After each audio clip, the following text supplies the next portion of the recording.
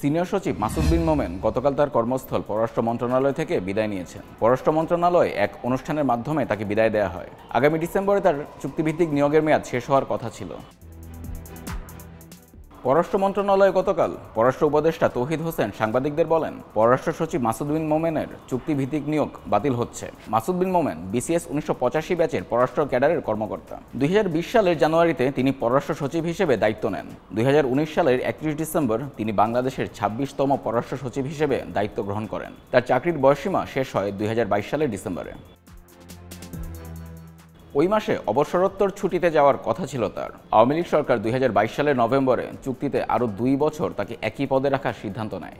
2 বছরের জন্য তাকে জ্যেষ্ঠ সচিব হিসেবে চুক্তিভিত্তিক নিয়োগ দিয়ে প্রজ্ঞাপন জারি করেছিল জনপ্রশাসন মন্ত্রণালয়। পররাষ্ট্র মন্ত্রণালয় সূত্রে জানা গেছে, মাসুদ বিন মোমেনের চুক্তিভিত্তিক নিয়োগ বাতিলের প্রজ্ঞাপন গতকাল রাত 10টা পর্যন্ত জারি হয়নি। তবে রাতের মধ্যেই সেই প্রক্রিয়া সম্পন্ন হওয়ার কথা রয়েছে।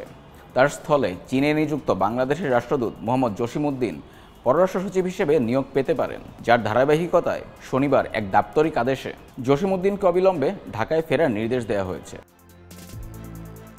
পররাষ্ট্র সচিব হিসেবে নিয়োগের আগে মাসুদ বিন মোমেন 2015 সাল থেকে নিউ ইয়র্কে জাতিসংঘে বাংলাদেশের রাষ্ট্রদূত এবং স্থায়ী প্রতিনিধি হিসেবে দায়িত্ব পালন করেন। এর আগে 2012 থেকে 2015 সাল পর্যন্ত তিনি জাপানে বাংলাদেশের রাষ্ট্রদূত হিসেবে দায়িত্ব পালন করেছেন। এছাড়া ইটালিতে রাষ্ট্রদূত এবং খাদ্য ও কৃষি সংস্থা FAO, বিশ্ব খাদ্য কর্মসূচি WFPO এবং 2008 থেকে 2012 সাল পর্যন্ত আন্তর্জাতিক কৃষি উন্নয়ন তহবিলের স্থায়ী প্রতিনিধি হিসেবে দায়িত্ব পালন করেন তিনি।